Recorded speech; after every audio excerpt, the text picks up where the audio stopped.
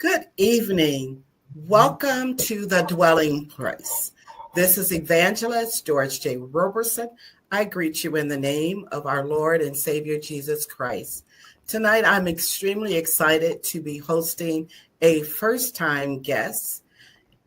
I wanted to say Dr. Jini Thortnon. But before I introduce her, I want to just briefly welcome any first-time viewers. If you are joining us for the first time, I want to say welcome to the dwelling place from YouTube as well as from Facebook. I also want to encourage each one of our viewers tonight to tag and share. This presentation is going to be a blessing not only to you, but to your families and to other loved ones. So please tag and share. Begin to do that at this time while we're waiting for others to join. In the meantime, welcome to the month of May. And for the month of May, we have annually celebrated mothers and mother figures. So this month, I'm excited to be launching tonight with a mother as well. And our theme for the month, winning with wisdom. So tonight, again, I'm excited to be hosting a first-time guest on tonight. And I'm going to just briefly introduce her and have her really introduce herself. So tonight we have with us Jini Thortnon, who is a CPA and the founder of Envision Business Management Group. And she's also the founder of Thank Me Later podcast. Tonight, I want you to tag and share and encourage others to join us on tonight. She will be entertaining questions, and she will share more about her format, how she would like to do that. I'm indeed very pleased, and I want to thank you, Jini, for accepting my invitation. It's a pleasure to meet you, and I'm honored to have you on tonight. I'm going to turn it over to you so you can begin this evening and you can continue to encourage others. And I'm not concerned, but I know that they're going to be coming in, and I'm excited to hear and share on tonight. God bless you. Thank you. Well, thank you so much, Evangelist Doris. I am honored and excited to be here with you in the dwelling place this evening. And thank you for the invitation. I really appreciate the invitation. You know, I always encourage people, you know, like the young folks say, shoot your shot. And you reached out. And again, I'm grateful to be here to talk to people about something so important as their legacy. What I'm going to do is remove myself from the stage and have you go for it. And turn it over to me. Awesome. Thank you again. Well, again, good evening, everyone, or whenever you are having the opportunity to view this. And hold on. Hopefully you all can see my screen.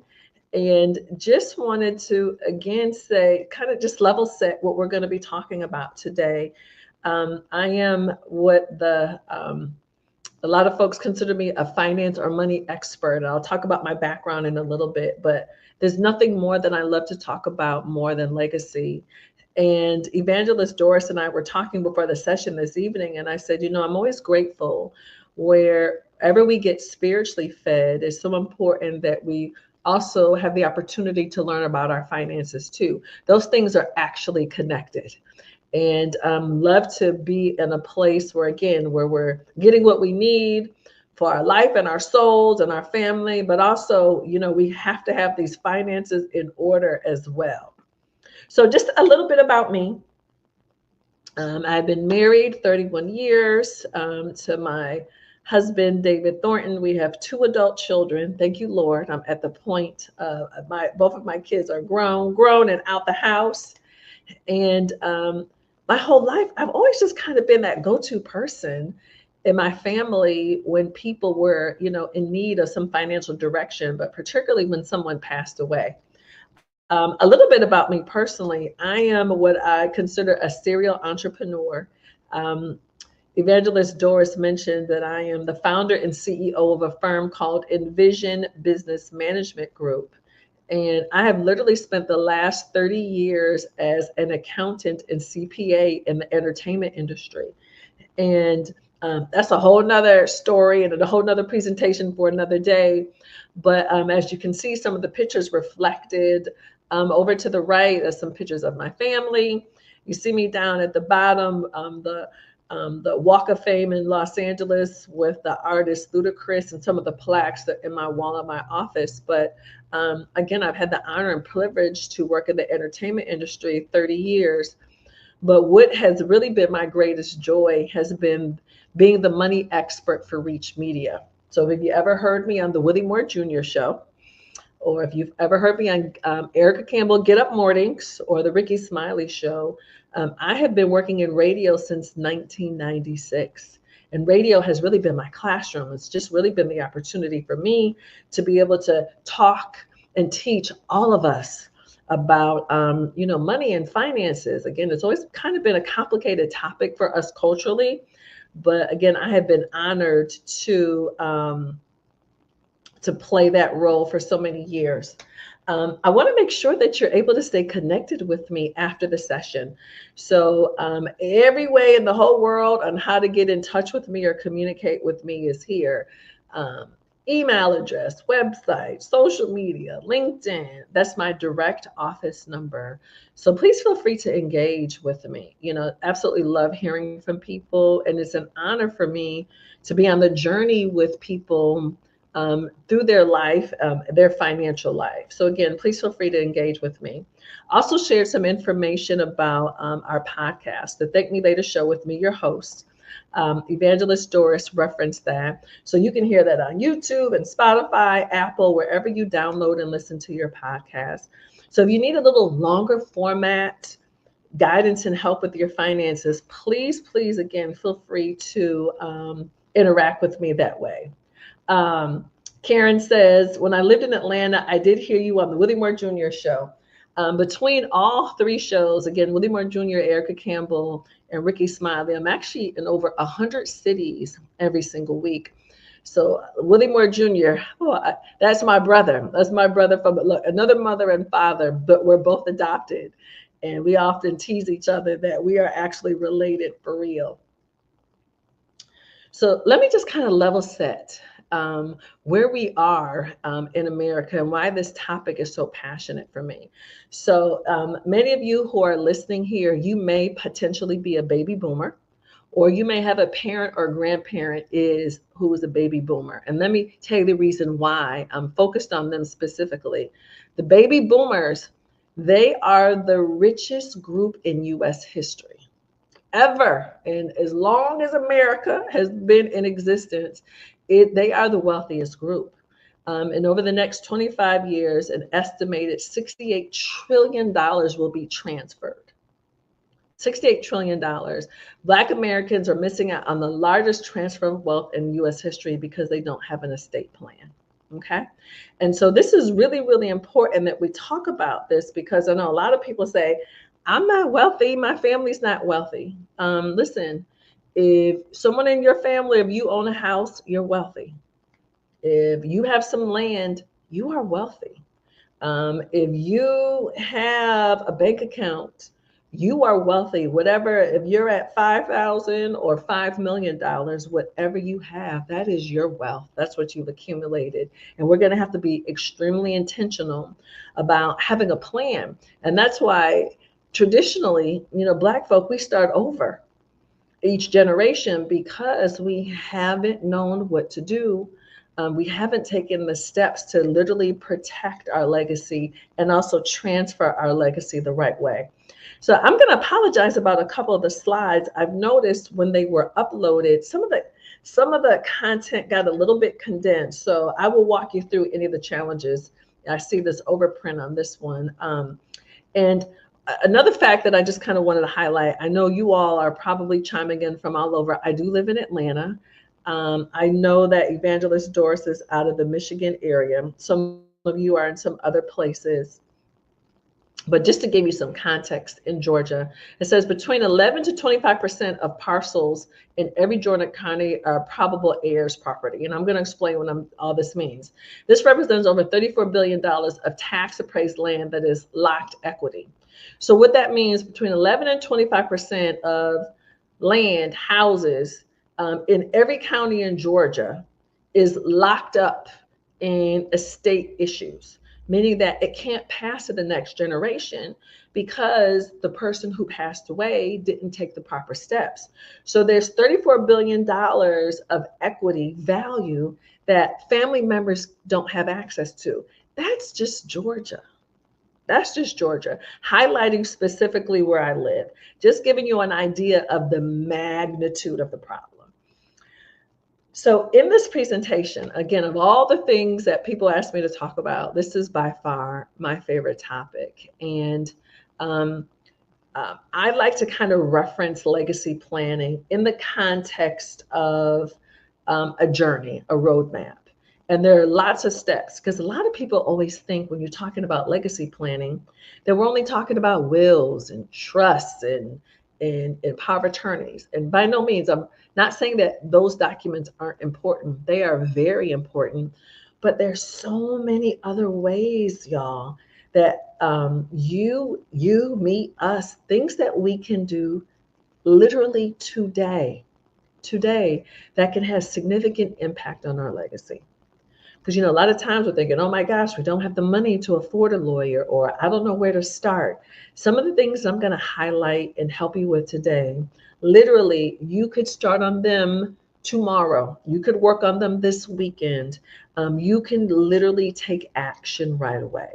So it's really important that you know what to do, but I also want to make sure that you're sharing this information with your loved ones as well, because it's very important that it's not just about us getting our stuff together. We want to make sure that the people who are around us, could be colleagues, friends, family members, we want to make sure that the people around us who we care about also have this information so they can take the appropriate steps themselves. So we're going to focus on a few different areas today. We're going to talk about organizing your important documents and contacts, organizing your work information, and also deciding who's going to be in charge of your affairs. Those are the things I'm going to focus on today. But there's so many other things on the roadmap to leaving your legacy. Updating the beneficiaries on your life insurance policies, making sure that you're having the talk, with the people who you expect to step up if you become ill or pass away. Or for a lot of you, you are going to be the person in charge if someone that you care about either becomes ill or passes away. Okay, so just want to make sure that you understand this time is yours. Please, please, please, I want you to ask the questions, get the clarity that you need. Because again, I'm not here just to share the information that I want you to know, but it's critically important to me that you get the direction that you need so you can take the appropriate steps for you and your family. So please, again, use the chat, drop your questions in the chat, and that way I can certainly make sure that I address them. So one thing that I want to share that I was led to share right before I jumped on the session with you all this evening is I am personally in a season of addressing or tackling things head on that I have been afraid of. I am really in a season now where God is really directing me to handle some things that I, again, either had been procrastinating about or quite frankly have just been afraid of. And certainly that means I have had some discomfort and I've had to take action and do some things that I have not done in the past. And I'm sharing that with you specifically because even in the context of getting your affairs in order, a lot of us know that we should do it, but it's scary. It can be difficult to think about someone that we care about becoming sick or passing away. It can be difficult for us to think about it. And so I see people avoiding it. And, but I want you to know that you can do hard things. But we have to make that decision and commitment to really kind of lock in and face some of the things that make us uncomfortable, that we are equipped to do that. And I just want you to know I stand with you. I completely understand, certainly because of the personal season that I am right now. But there's no better time than right now to lean in, for sure. Okay. So where I like to start is deciding who will be in charge of your affairs. So you can think about this topic through you personally, like, oh my gosh, if I did get sick, who's going to make decisions for me? Or if I do pass away, who is going to be in charge? So certainly I want you to think through the lens of you, but also I want you to think through the lens of, again, maybe you do have a parent or a grandparent or someone else in your life who may be expecting you to step up as well. So again, I want you to think about it a little bit more holistically when I describe these different roles and the jobs of these different people. This is who I call your legacy dream team. Your legacy dream team. So hold on. Let me go through this, and then I'm going to go back to the other slides. So again, I don't know why when I uploaded the slides, some of the print got adjusted a little bit. So let me just share this with you. Your executor, agent for your healthcare directive, agent for your power of attorney, your trustee for your trust, and your guardian for your minor children or children with special needs. That happens to be your legacy dream team. And again, some of the print is off a little bit, but I'm just going to kind of walk you through this. So the executor of your will. This is the person, when somebody passes away, this is the person that's in charge.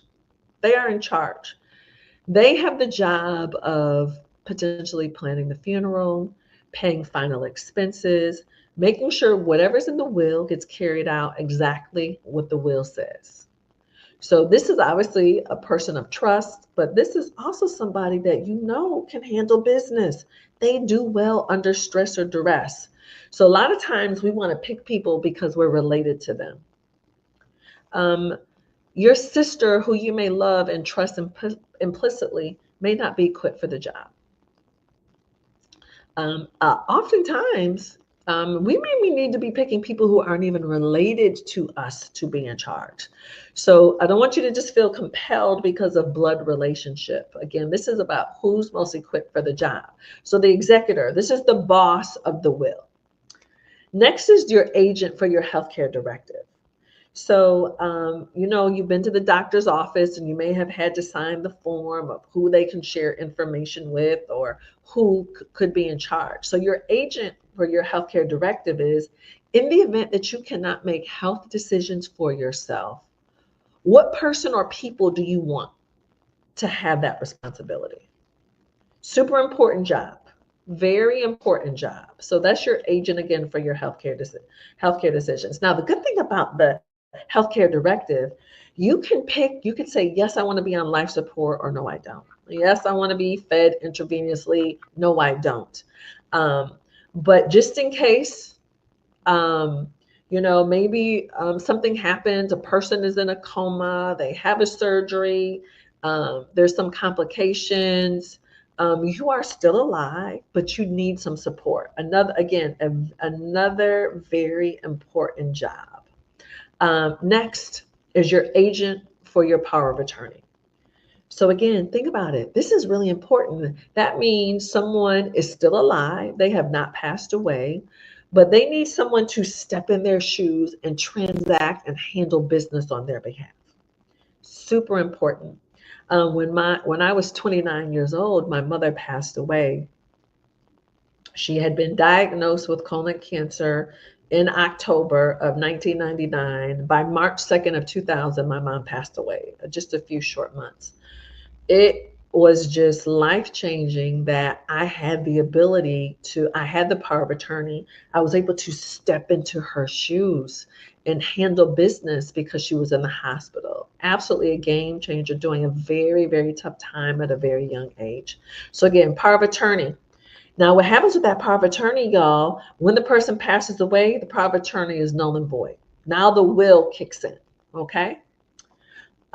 Next important job is the trustee for your trust. And we hear about trust. And people are like, oh my gosh, I need to have my house in my trust, or I need to put money in the trust. What the trust job essentially is to maybe your adult children or your nieces or nephews, you know that when you pass away, you want to leave proper provisions for them, but you're like, you know what? I just don't think it's a good idea that they get all the money up front, all at one time. And listen, a lot of people, grown folk, aren't prepared to get money all up front. And that's what a trust job is. Now, a trust is, its job is to all the assets now go into the trust, and then you get to decide who gets what over what period of time. And that's the trustee's job, to make sure that that money, those assets get distributed how you choose them over the period of time that you have selected. And then last, and this is the one that is so difficult for people to talk about, guardian of your minor or special needs kids.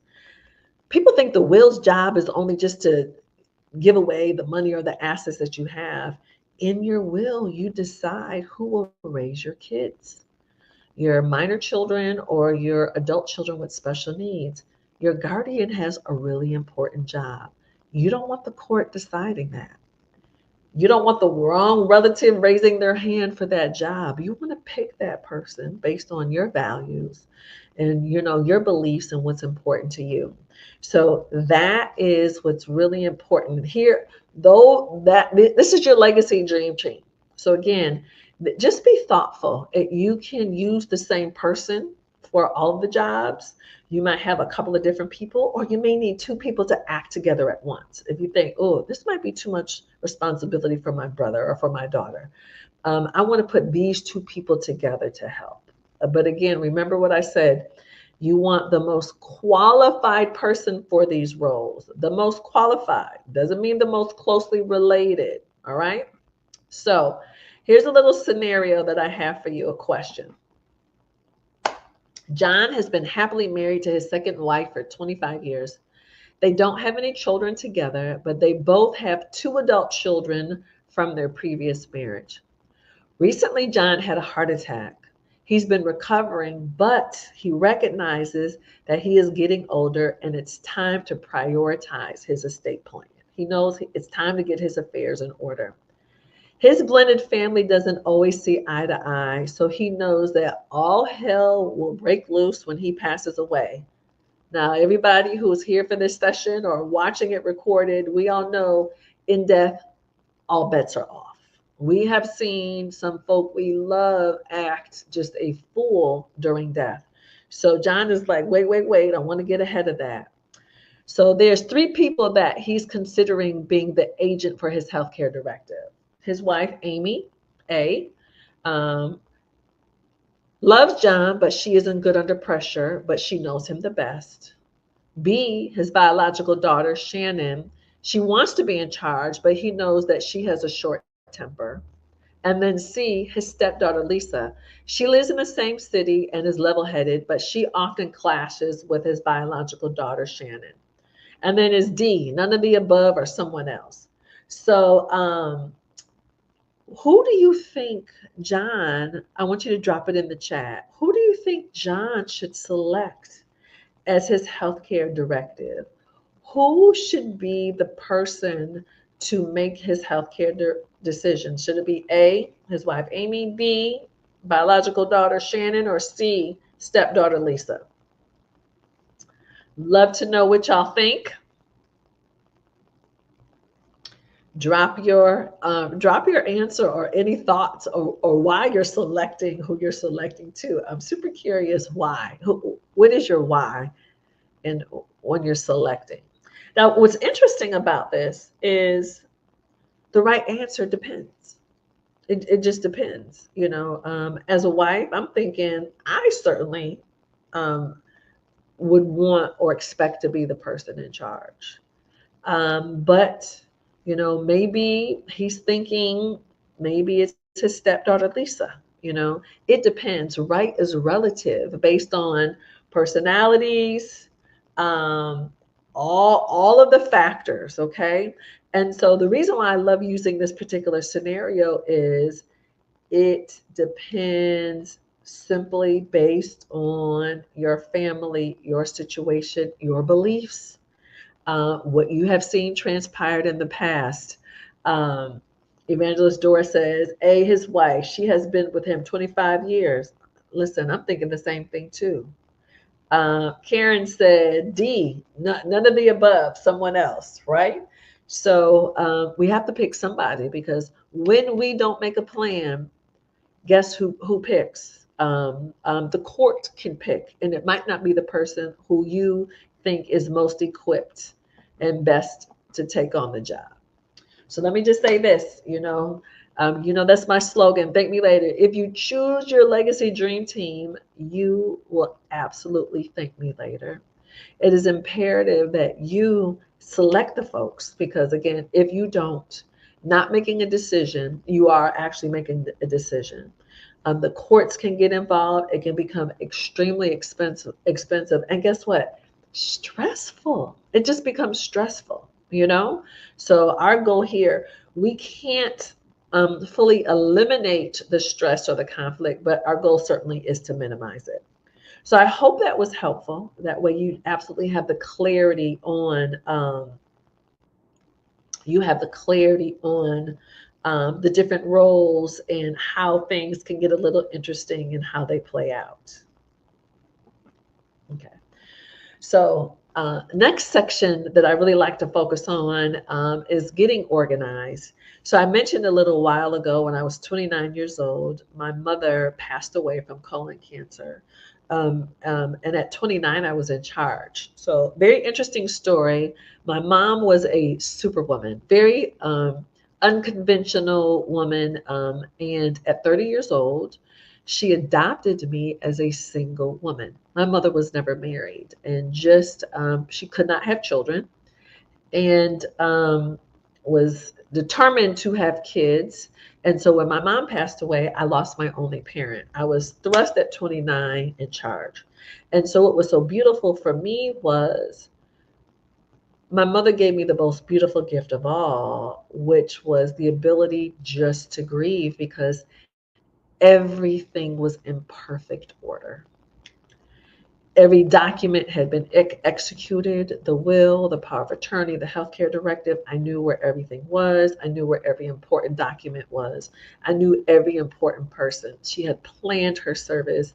And that was just the greatest gift of all, because it allowed me more space to grieve versus looking and searching and making these very tough decisions. She got exactly what she wanted, and I got exactly what I needed. And so that's why I really want to emphasize that certainly I do want you to have your documents together, but I also want you to have your life organized, because it's going to make things significantly easier for you now here, and then for your family later on. So think about this. Important documents. Drop in the chat where y'all keep your important documents. And be honest, because it's probably like in the filing cabinet, on my laptop, under my bed, in the safety deposit box. Give me an idea of where you keep some of your important documents. Where are they? Where are the important documents? And while you all are dropping that in the chat, let's talk about what your important documents are. So I've kind of broken up into 4 main sections, like your identifying information, like your birth certificates and passports, social security cards, insurance, super important, life insurance, homeowners insurance, auto insurance, where's all that stuff? Your financial documents, those could be titles to cars or deeds to properties. Super important that we know where all those financial documents are. And then we might have some legal documents and even our tax documents. So you might have adoption papers or your marriage certificate. Um, Maybe there's some military papers, divorce papers, and of course, all of our previous tax returns. So it's really important that you can get your hands on your important documents like this. But what if you become ill or if you pass away? Who knows where your stuff is? Do they have access to it? Maybe you're in charge of your parents or grandparents. Do you know where their important documents are? Um, so y'all are putting different things in the chat. Fireproof box with a key. Thank you, Karen, for sharing that. Sharon says my important documents are in a file cabinet. It's beautiful when you have your things condensed. Very important, though, that someone else knows where they are. So that way, people reach out to me all the time, particularly with me working in radio, nationally syndicated radio. I hear from people all the time. People are spending days, weeks, months looking for papers, looking for life insurance policies, looking for, the divorce decree to prove, that their grandmother was no longer married, to grandfather. You know what I mean? It's just, we need to be able to get our hands on that stuff. Um, Evangelist Dora says, in a hard case briefcase, a file drawer, and in a labeled box. Most often, people have their important documents in multiple places. And now with the use of computers, a lot of people have stuff literally saved on their computer. So again, whatever your system is, if you like it, I love it. There's not one master system, but make sure if you live with someone else, do they know? A lot of times, not to be a little discriminatory, a lot of times we women are the ones who tend to know where the important things are. Just make sure, whether it's your mate, spouse, adult children, close relatives, someone else needs to know where those documents are. So again, this is just a kind of a quick, easy way on how to organize those documents. Now, here's another area. This was so important when my mother passed away. I knew who every single important person was. I knew who prepared her taxes. I knew who her real estate agent was. I knew who all of her doctors were. I knew who the handyman was who helped around the house. So my mother lived in Rochester, New York, where I'm originally from. And I was living in Atlanta at the time when my mom passed away. Just think about how empowering that was. I knew who her car insurance agent was. I knew who every single person. Not only did I know who they were, I also had their contact information.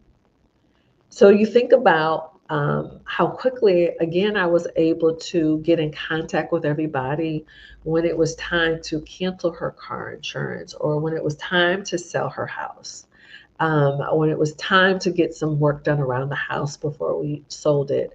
I knew exactly who to talk to. Again, think about how empowering that is. So whether you have adult kids, siblings, or whomever you may need to share some information with.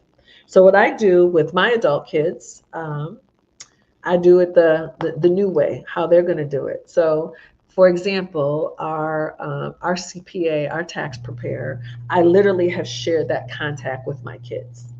They have her name, Angela Dotson, how to get in touch with her, email address, cell phone number, and her office number, and why they need to talk to her.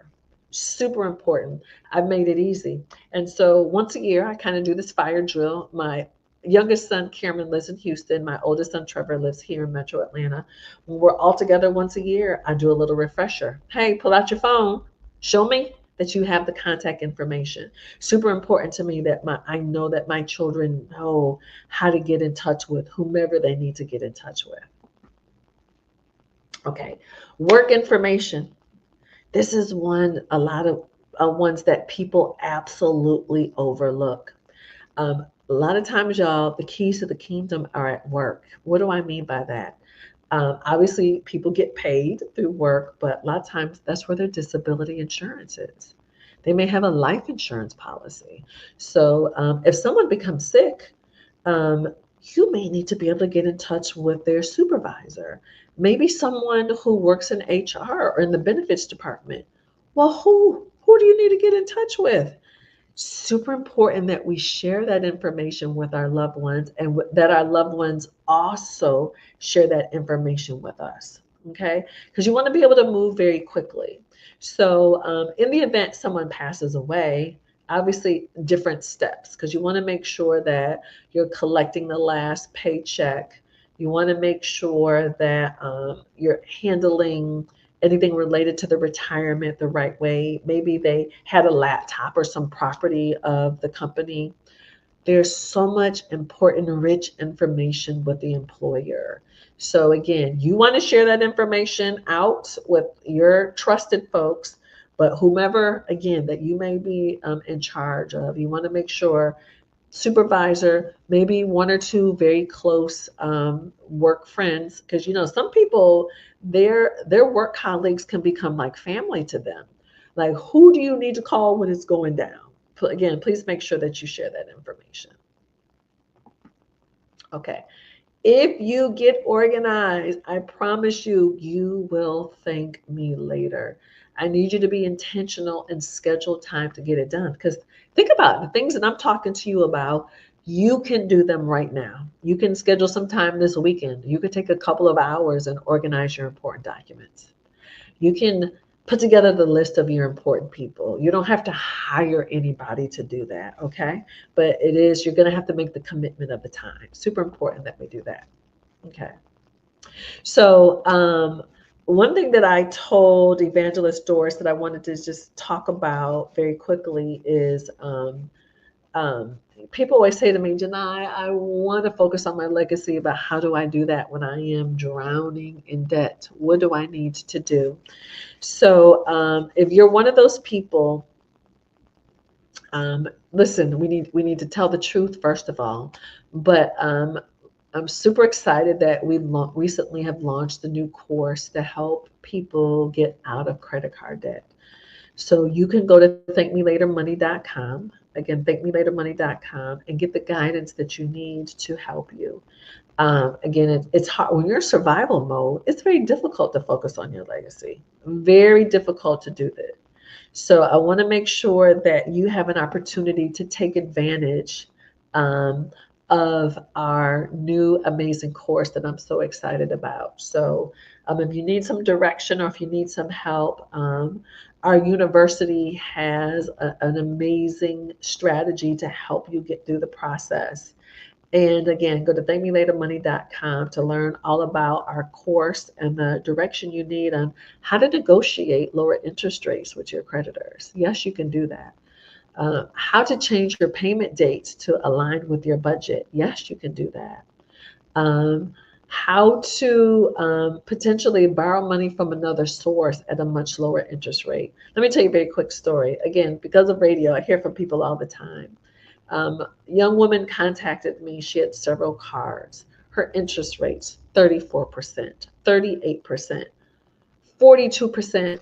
Who can get out of debt when their interest rates are that high? It's not meant for you to get out of debt. So again, getting those balances transferred to other cards or negotiating other rates is critical to your strategy for getting out of debt. So again, please check out our course, thankmelatermoney.com. And happy to give you some direction on your journey if you need some support in paying off that credit card debt. When I launched my business, that's how I launched my business, with credit cards, and I absolutely needed a strategy to be able to get out of debt. Another thing too that we're working on right now, and I was telling Evangelist Doris about it, we have an amazing product called a Legacy Life Organizer, which is really a guide to help you get all of your affairs or your loved ones' affairs in order too. So be on the lookout for that. That is definitely coming soon. And now I just want to take any questions that you all have. Please stay connected with me. But if you have any life going on, if you are having some challenges with a loved one, if you are having some challenges getting your affairs in order, if you need some direction, please use this time to engage with me and get your questions answered. So I'm going to leave this screen up for a minute because I want to make sure that you have an opportunity to take a picture of it or whatever you need so you can follow me on social media or check out our website. Any questions that y'all have? No, you got to have some questions. One thing that people often ask me, where can they get help in getting their documents prepared? For those of you through your employer, you may actually have access to reduced fee legal help. Very common with your benefits to do that. That might be a really good way to get your will done, or to get your will, trust, and healthcare directive and power of attorney done. So please lean in and take advantage of that. That's typically a pretty common question that people have for me. Y'all are awfully quiet over there. I cannot believe y'all don't have any questions. Well, I'll ask the question. Oh, sure. Of course, Evangelist. Yes. So you talked about the will coming into play, and then you talked about the trust. And if you have an executor or the person that's in charge, so do the two work together, the will and the trust? How does that work in terms of, if of course the person had died and they have a revocable trust, and so and let's assume that the will was signed and but maybe it's not at the county, I guess, or at the records office. So how does that work? Right. So let me address the first thing that you're talking about, because some people, they do exactly what they're supposed to do. They get their wills done. They are properly signed, witnessed, notarized, depending upon where you live. Most people never file it with the county. Here where I live in Georgia, it's not required to file it with the county. Some people do. And I don't want to speak for everybody where they all live, but there typically is not a requirement to file it with the county. That's why it's very important that somebody knows where that important document is, because you can have a will and now the family's tearing up the house looking for it. Nobody can find it. So having the document, it must be properly signed, witnessed, and notarized, depending upon the state.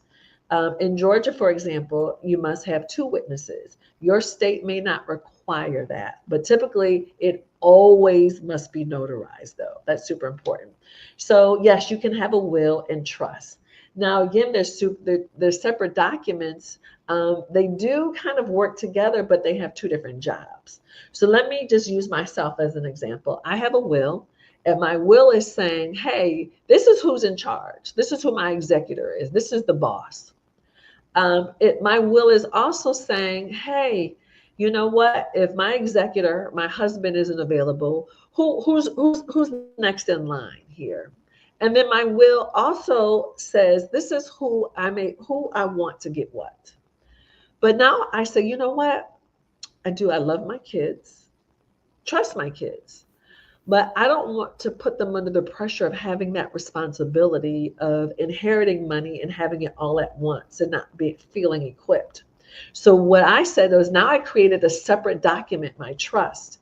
And now what happens is, money that I have, whether it's in my retirement or other investments in the bank, that now is going to go in the trust. And now I've said, guess what? I want my kids to get money, when they graduate from college, when they get married, when they buy a house. I have now the trust now is going to make sure people receive what they're supposed to get over a period of time, not all at once. Because at the will, whoever is supposed to get what they want right at the time that the reading of the will, the executor is doing their job, those people get those assets right away. In a trust, it could be 10, 15, 20, 30 years later that people are now inheriting. Very good. You also, and there is a question. Yes. That do you have a plan for those drowning in student loan debt? Drowning student debt. So for people, things have just been so crazy with the federal government and student loans right now. I strongly suggest people check out the National Foundation for Credit Counseling, nfcc.org, O-R-G, National Foundation for Credit Counseling. They have great support for student loan debt, but they're also great if you just need help with budgeting and money management. So again, nfcc.org, check them out as a source. nfcc.org? O-R-G, yes. Okay. Yes. Going back to what you said earlier about property and land and the value of that. Yes. Maybe someone missed that, but I heard you at the beginning that it is important that we understand the value behind having that and what that means to either the next generation. I mean, certainly we need to have an idea or understanding. And my thing is this, even if, because what it's worth today, obviously it could be very different what it's worth tomorrow, 2 years from now, 5 years from now, 10 years from now. We have to have a plan of what's going to happen with it. What's going to happen? So if when somebody passes away, who's going to get it? Now, what I've seen some families do, which creates so many problems, people will add, someone has 5 kids, they put all 5 kids on the deed. It can be difficult to get that many people aligned with a plan. Are they going to sell it? Are they going to keep it? So, have an idea, and then who's most equipped, because certainly you get it, but there's going to be upkeep, and there's going to insurance, and there's going to be property taxes. So a lot of times, particularly with us dealing with these younger people, a lot of times they don't understand the responsibility that comes with land or home ownership. There's no better time now to make sure that we're educating them, because a lot of times for them, it just feels like work. And then they just kind of want to get rid of it. So it's very important that, again, that whether it's part of your will or depending upon the state that you live in, you can actually transfer land without having a will. We're able to do that in Georgia. You can do that in Florida. But all states have different rules. But you want to be intentional, because otherwise, again, you can get stuck in probate court, and 2 or 3 generations down the line, those issues aren't resolved, and it can become very, very expensive. It could be a huge financial commitment because there has been no plan. Okay, Jini, I want to go back to, I don't see any questions, so I'm asking questions that for sure. typically ask about credit card debt. You talked about the interest rate being so high, and you recommended the NFCC as a resource. Speak to, let's say someone has emergency money saved up, and they said, well, I've been told that maybe I should take that emergency money and either pay down or pay it off, whatever the person's ability might be. What would you recommend, being a financial expert? Right. And I'm sure you've heard that question before. Right. What's interesting about life is there's always going to be something that happens, a car repair, a medical bill, just something that's going to come up. It always happens. The question is, how prepared are we for it? And when we don't have anything set to the side, what typically happens, a new set of tires or medical bill can turn our whole life upside down. And so I think it's imperative that we do have some emergency money available to us. I think it's super important. So I'm saying all that to say, I think it's an and.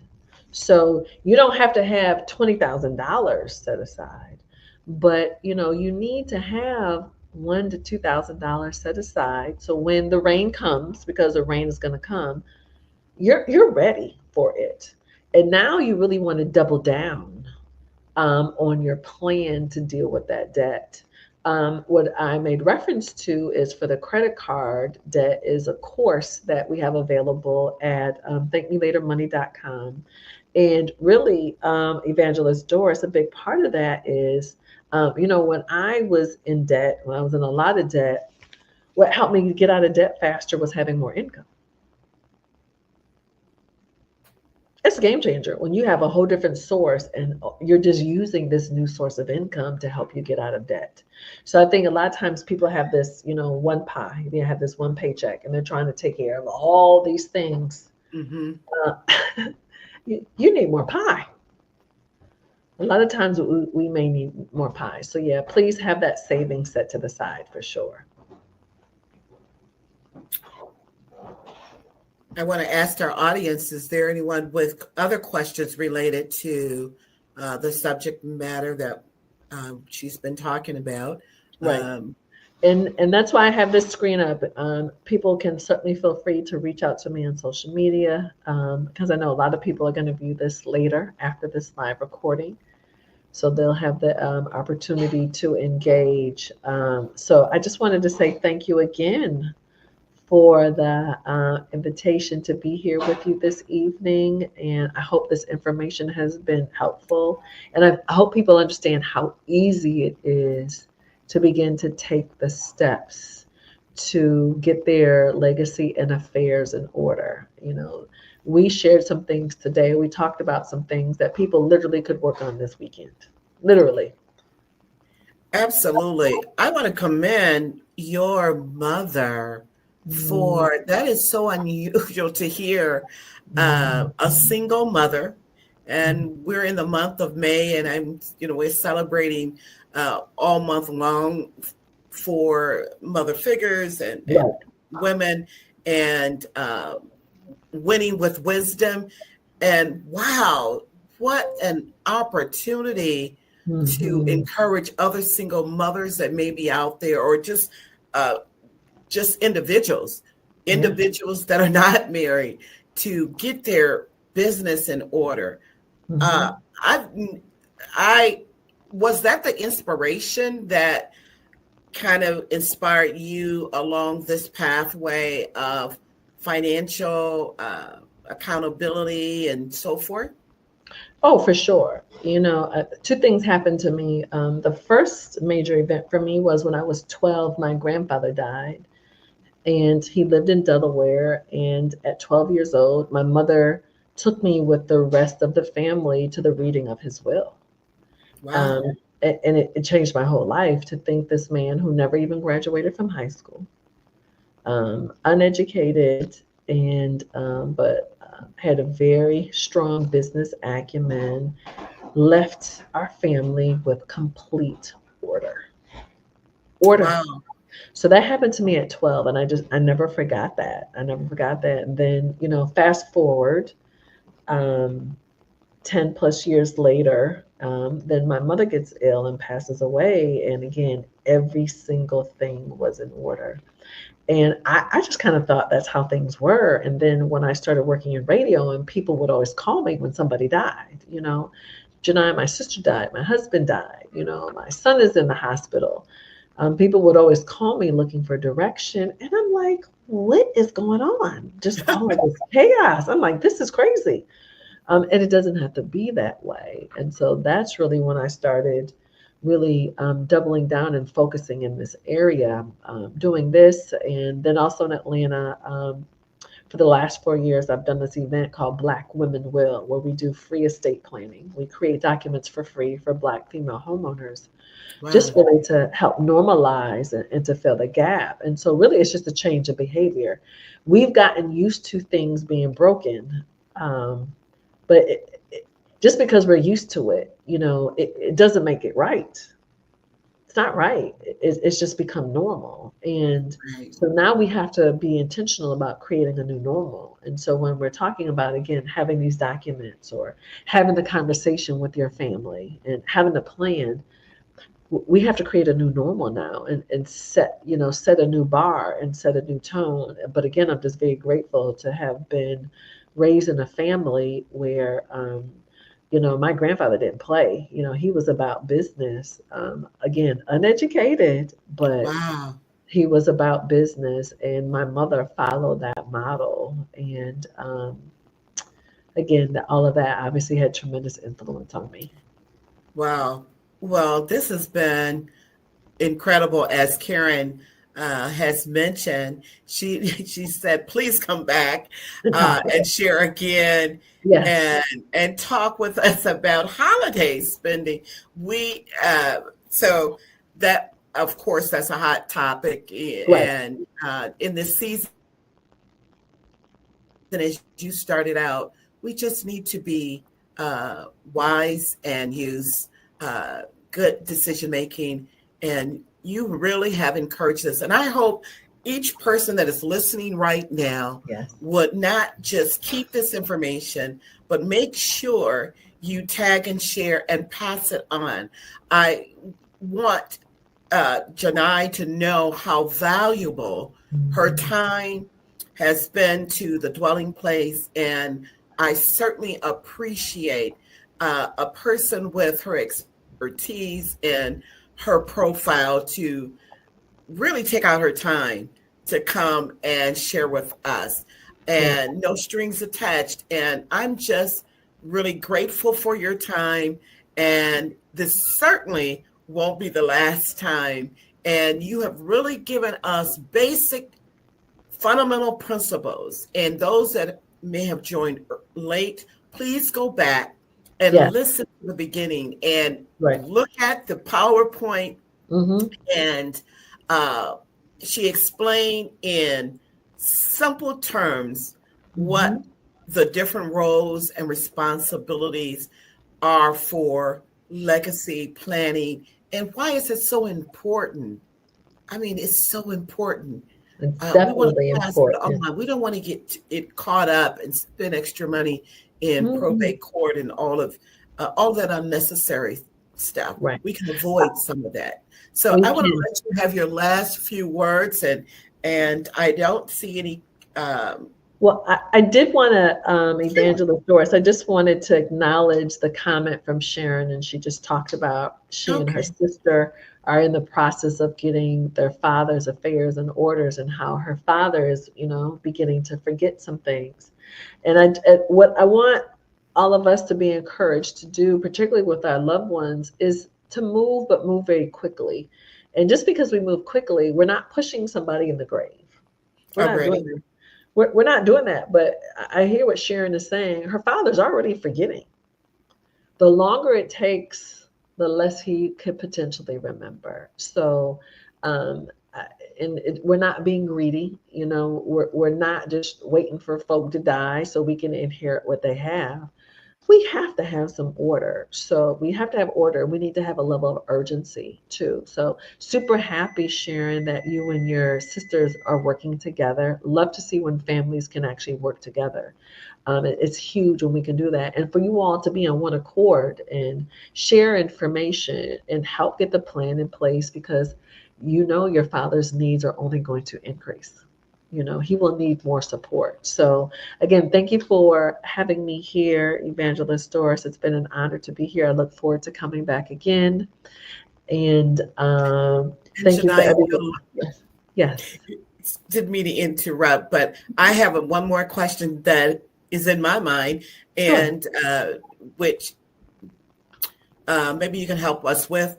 Sure. When there is a lot of names associated with property or land, um, what is the recommendation to kind of sorting that out when there may be individuals that, it's a group. And so then how do you begin to bring the group together to say, hey, what's going to happen over here? How are we going to do this? Or how are we going to do that?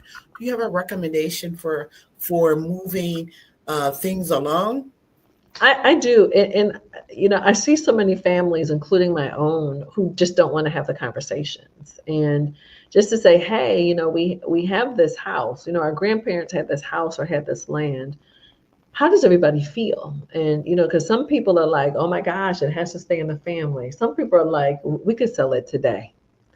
And, when people say, what their preference is, it's super important that we don't take it personally. If someone wants to keep it and another person doesn't, it doesn't make the person who doesn't want to keep it a bad person. It's their preference. It's their preference. So getting clarity on who wants to do what. A lot of times what actually needs to happen, but most people aren't prepared for, when you have multiple people who are inheriting a property, some people want it, some people don't. Do the people who want the property have the ability to buy out the people who don't want it? Because you can't do that. It's easy to do that.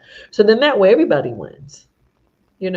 Everybody wins. Because again, if you got 5 or 6 people who inherit, do 6 people want to, split what the taxes are, what the insurance? That's a good recommendation. Viewpoint. It's okay. It's not a bad thing, but people are so emotional because again, a lot of times, that land, that house, it's not just about money. It's sentimental. It has value that you almost couldn't write a check for. So I see families getting stuck there. They want everybody to feel the same way. Why would everybody feel the same way? That's not even possible. The more people you add, the more complicated it gets, though. Certainly it can get more complicated. But yeah, that happens all the time in families. Again, the people who don't want the property, they can absolutely get bought out. And the people who do want it can, they can keep it and, keep it within the family. Okay, thank you so much Yes. for your time. And thank you, viewing audience, for your participation on tonight. And I just encourage you throughout the month, we will be having other speakers, dealing with the subject, winning with wisdom and in different areas of their life. So I appreciate just starting with financial legacy and just giving us resources to help you get out of credit card debt. Wow. Thank you. And please, Absolutely. Please come back and be with us. I will definitely reach out, and you can certainly reach out to me. We definitely want to take advantage of your resources that you indicated tonight, and have you come back and even talk about it and present it on the dwelling place once again. So I'm going to go ahead and end our broadcast again. Of course, my husband now has a question. Oh, what did your husband? What did he say? It says, "Is it all right to make investments after you retire?" Is it all right to make investments after you retire? Listen, I don't think retirement is just this defining moment. Of course, if you want to, I think you should. Absolutely. I know some people who are just as engaged with saving and investing during retirement as they were when they're working. Absolutely. Again, based on your budget and your priorities, no question. There's no question that I would continue to do it in retirement. And maybe to add to that, there's probably some steps you want to take to make sure that you're working with a reliable and a suitable and understanding. I mean, the ins and outs, I guess. Sure, for sure. Yeah, certainly want to educate yourself for sure. Well, good. Well, again, it has been a pleasure. Thank you again for the invitation. And I look forward to coming back soon. Thank you again, everybody, for tuning in and watching whenever you choose to watch. All right. Stay with us, Janai, and I'm going to go ahead and end for tonight. Thank you. Okay. All right.